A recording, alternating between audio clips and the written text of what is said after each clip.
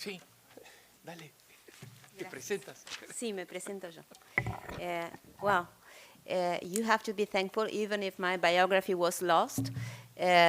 It got lost in translation. Let's say that they allow in this organization to women to have the last word.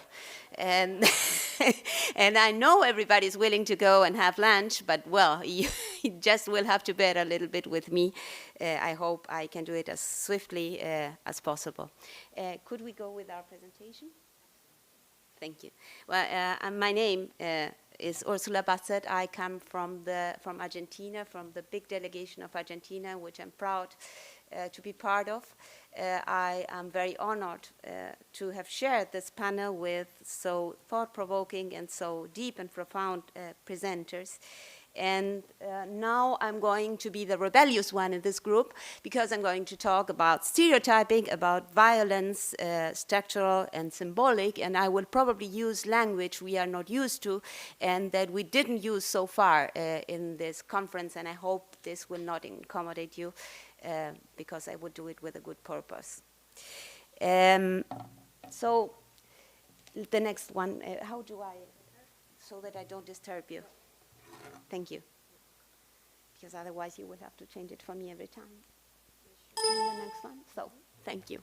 And now let's start with the thanks, and I think they are due, because as if in many biblical figures you see a person that is walking through the desert for a long time, and then he becomes exhausted. The prophets did so. Women who were going to have a child did so in the Bible. And then at some point, they are provided with something to eat and something to drink. And then they regain their forces. They are marvelously given something to regain their conference. And I think this conference did this for us. It restored us. We came from a long pandemic in which each of us were isolated. I mean, we saw our little screens with pictures of us everywhere, but this conference gathered us together and gave us the force to move on. So thank you for thank you to the organizers in this university, in the Stephen Wojcinski University and the Ave Maria Law School, for each of one like Marisa and everyone who's helping. And I want to convey also my thanks to the presenters, because each of the presentations gave food for thought, and they took part of the daily agenda to share with us their work. And also to the students, because I see there's a delegation of students there, and I know it must be difficult to be at this conference sometimes, but I'm really thankful that you're here. For us, it means, for me, it means a lot. So, and now I stop thinking, because otherwise I won't have time to make my presentation. And a little bit following up the line that was presented before me, I wanted to start with an epigraph by Simone Weil, who was signed by me by reading of Sylviana Gazinski. And the quote says, "L'homme doit faire l'acte de s'incarner, car il est désincarné par l'imagination." The man, I will try to translate, the man must incarnate himself because he has disincarnated himself by his imagination. And I discovered, thanks to this quote, that the imagination is a very important issue, subject in the thought of Sylviana Gazinski, who is a thinker, a social thinker, French social thinker. And it brought me back when I heard the presentation of Professor Popping about a drama, a piece written by Ionesco, which is called Le Roi se meurt, the king is dying. And in this extraordinary piece, the king is fighting for his life. He's about to die, and he doesn't want to die. And which is his enemy in this story? His body. And it's a very cruel duel that he's holding between life and death, because as he inflates his ego, trying to resist death, the body eats him up. And that's the body who is preventing us from becoming gods. Because actually the body imposes us or shows us our vulnerability, shows us that we are persons that have a sex that have, in my case, 51 years, are 51 years old, and at some point might have an accident, and we won't be there. We can't resist it. We don't have the forces to resist it, even with all the science that we have. And the paradox here is that all the science that we create to win over the body is a science that implies the body, that is given to us. And so allow me now to go to the rebellious part of this presentation, which is stereotyping, violence, and structural and symbolic violence, and you will see that the body has a lot to do with this. That's why I started with this presentation. And then stereotyping. I started a couple of years ago a line of research with my university kindly allowed it, and I started to research on discrimination against women. Why did I start this line of research? Because it wasn't done.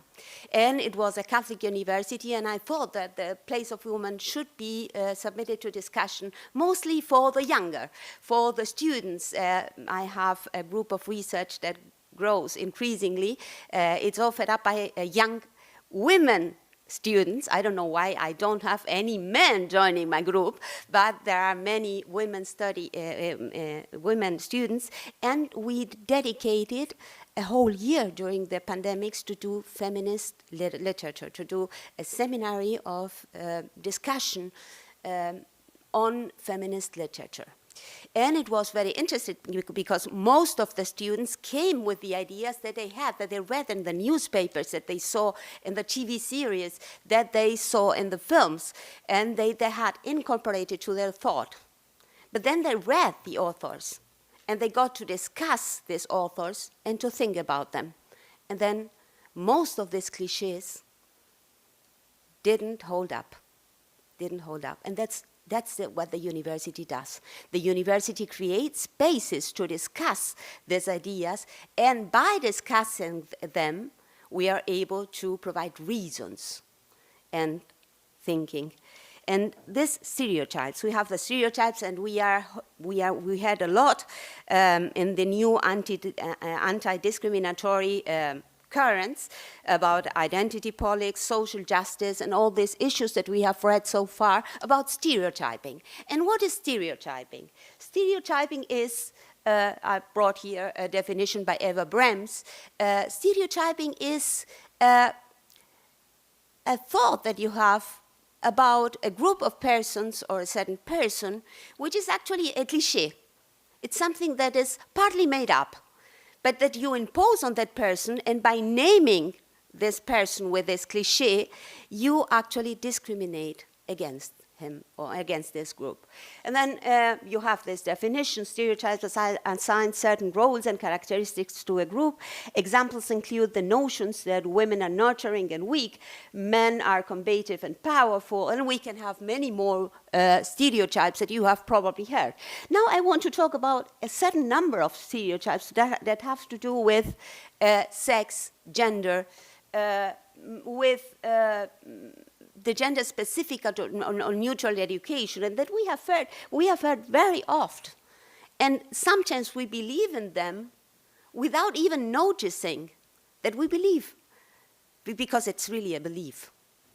It's not a thought. And then I've brought this stereotypes from the book by Deborah Saw, The End of Gender, by Threshold Edition in 2020. And actually, for instance, biological sex is a spectrum. There are more than two sexes. Sex is complex from the biological standpoint. And of course, you can discuss that this is partly true, because everything that is partly untrue is partly true, because otherwise you wouldn't believe it. And then there is another cliche: gender is a social construct. And so actually, if gender is a social construct, then you have no body. And what really matters, and that is what we actually have in international law, we no longer speak about sex. We have liberated ourselves from our body, because actually what really matters is what people believe about us, and what we believe, how we self-perceive us, and how we project our identity to the world. And so if I sense that I am no binary, if I sense that I am trans, if I sense that I am something else, then of course there are about 64, 80, I don't know how many genders, and all of them should have social recognition, legal recognition, because this has to do with the principle of legal recognition, and everybody has a right to be recognized in all of its features, even their self-perception. And I could quote decisions, judgments by the Inter-American Court of Human Rights or the European Court of Human Rights in that sense. I won't do it. Anyway, we have this cliché of the gender as a social construct that is a little bit naive, if you think about it, because it means very naive division between nature and nurture. Because it actually means that what is given, it means our body, could be completely separated of what we think about it. When it's ever influencing, because we wouldn't speak about transitioning, trans people wouldn't speak about transitioning if there wouldn't be a link between the sex and what they think or believe about themselves. And so I could go further. There are more than 2 genders. I won't explain any further because I don't have the time, but you know about this and maybe you can respond to these cliches yourselves. There are more than 2 genders. Sexual orientation and gender are unrelated. Children with gender dysphoria should transition in Argentina. We have children with gender dysphoria who are transitioning at the age of 3 or 4. That's what we have for autonomy in children. How are these children autonomous? How can they have a choice on this when they are so young? But that's what we have. No difference exists between trans women and women. You know about the great cancel issue that Rowling, the author of Harry Potter, suffered because she stated that women are different than trans women, no? And the issue with the restrooms, if they should be shared or not, and all these discussions. And parents should not influence their children gender with binary stereotypes. How many people keep saying, you shouldn't influence your child. You are giving dolls to girls and you are giving trunks to boys. And this isn't right. You are really creating a gender perception or an identity for the child, which isn't right. Actually, when I gave my daughters dolls, I did it on the assumption that the typical sex, that the typical manner, the gender typical manner of educating my daughters was to give them dolls, because it's what naturally a girl would preserve. And this was the paradigm I chose to educate my girls, to raise my girls. However, now, those who propose a gender-neutral education actually just chose another paradigm. They say that the natural thing, the gender typical thing, is to have a discrepancy between your sex and what you think about yourselves, and then you shouldn't influence, but actually you are having an influence. Oh, that's terrible. I was terrified of that sign. Sorry. And then you have academic freedom because we speak about freedom of speech because these are all liberal theories, but you have them as long as you don't disagree with the mainstream. Because if you do disagree with the mainstream, you will be silenced.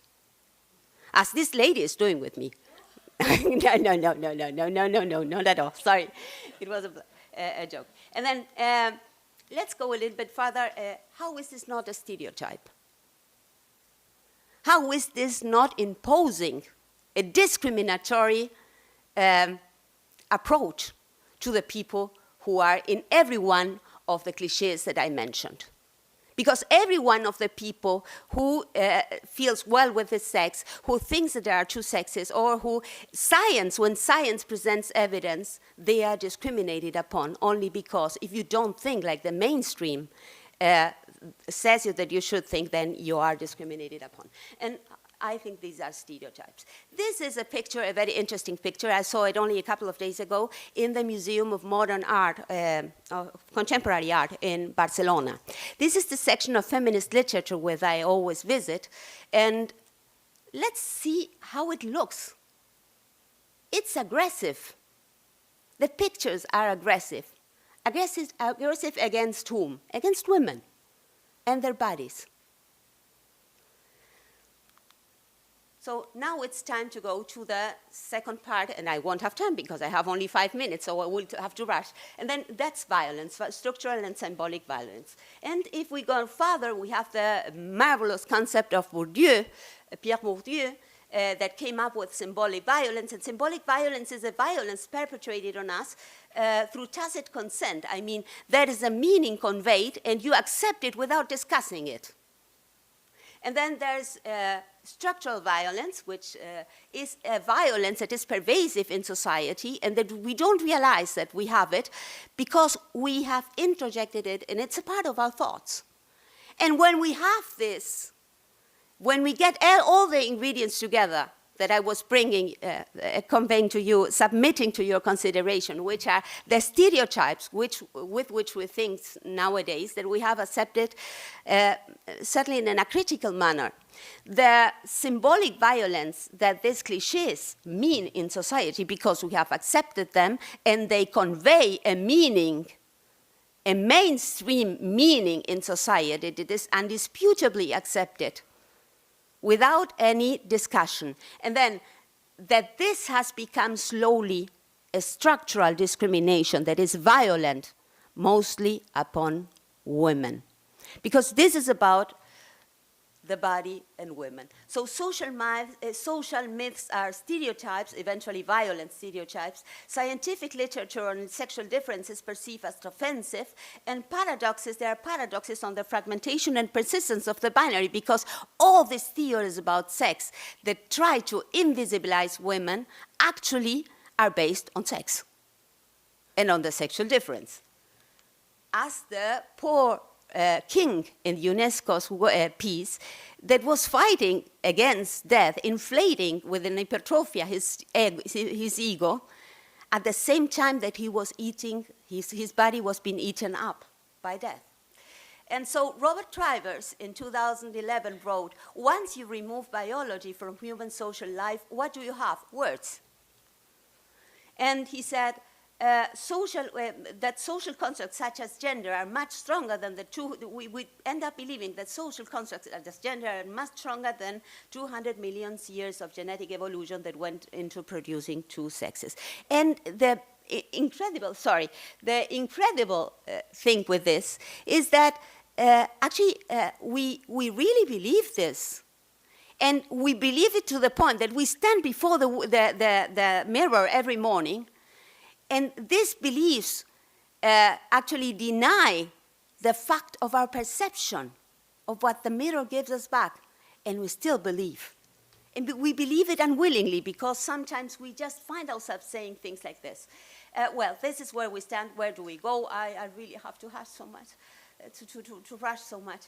I think we should do two things that I want to submit to you and propose to you and tell you that I really want you to join me in this. Not to join me personally, but to join me in this concern and to find a way to instrument the things in our university. She has been kind to me because I think there were more than 5 minutes that have passed. So she has been kind to me. I think we should work together on a legal approach to a metaphysics of gender. There are examples of this by, for instance, Charlotte Witt in his books, The Metaphysics of Gender, and the 3 volumes of Sister Prudence Allen that she has written on the concept of women. And on the other side, I think we should do legal research on the metaphysics of violence, because I think that if we get together from a Catholic point of view, or from a natural law point of view on these subjects, we may have something to say, we may have something to convey. What risks do we have? I think 2. Fear is the first one, but fear is not the big issue for me. But we should have two things concerning fear. Our own community. Because you can imagine, when I go to the Catholic University in Argentina, they are very kind to me. But when I start speaking about gender, transitioning, trans people, and all this, they are really afraid. Are you okay? You haven't lost your faith, is it? But I haven't. I'm doing this in a very thoughtful manner, and they are kind, and they have allowed me so far. And I think it's very important that we go, because I can say it here, Christ went and sat with everybody. And that's what we should do. We should read everything and we should sit with everybody because we need to hear them out. And then we should have fear about our own community. We can have fear about those who will cancel us. And so what are you afraid from? Losing anything? Go and lose it. It's the best thing that you can do. It's for a good cause. And then the second thing is the hubris. This is the one I fear the most. When we feel the power of a word, the power of our anger, the power of the things that we want to say, and we impose it on others. Because science without love is the truth without mercy is not truth. So my conclusion, we are obligated to the truth. We need to work on our scientific approach. Catholic and non-Catholic universities must harbor scientific research on this issue. Mercy and truth are met together. In every dark time in history, academia has brought light, compassion, and companionship to the human person, yet truth comes with mercy, otherwise it is not truth. Righteousness and peace have kissed each other, this is a psalm. We may not waiver responsibility in these times. Even if it is unpleasant, it may mean to be scorned or left aside by the mainstream, but we should go on. And I know this is a picture about the allegory of justice and peace. Justice is not that happy when it's kissed by love. Love is a woman, as always, and, but still. And then, sorry, it's ending. Just let me show you that this was a dear subject, a specific subject to St. John Paul II's magisterium. And if you go on, I can't read the quotes. I will leave them for you, but you will see that from we like Benedict very much. We like Pope Francis, but who really realized what was going on with the question, with the woman question, was John Paul II. And he was very clever. And I won't quote of Mulieris Dignitatis, but about two other, look, the letter of His Holiness John Paul II to Mrs. Gertrude Mongela, who was the Secretary General of the Fourth World Conference on Women in the United Nations, the Beijing Conference. And then he said, as most women themselves point out, equality of dignity does not mean sameness with men. This is the issue we're currently discussing in anti-discriminatory law. And then if you go further, in the letter of Pope John Paul II to women, this is not Mulieris Dignitatem, this has to do with the Beijing conference, and you should have to look it up. We need only think about the gift of motherhood. The gift of motherhood is often penalized. But I'm convinced that the secret of making speedy progress in achieving full respect of women and their identity involves more than simply condemnation of discrimination and injustices. And I could go on, and he hints to the ultimate anthropological basis. That's why I spoke about the two metaphysical studies that we should undertake of gender and violence. And finally, and I think this is the best, discorso di Giovanni Paolo II ai partecipanti del 20th Congress, National Congress of the Italian Feminile Center, says that we have an urgency to find the just ways to a real presence of women in the structure, in the operative structures and decision structures in the current world. And I think you can read further. I cannot, because I have to stop, because these ladies here have been so kind with me because they are ladies. And now I just want to open the door. Thank you.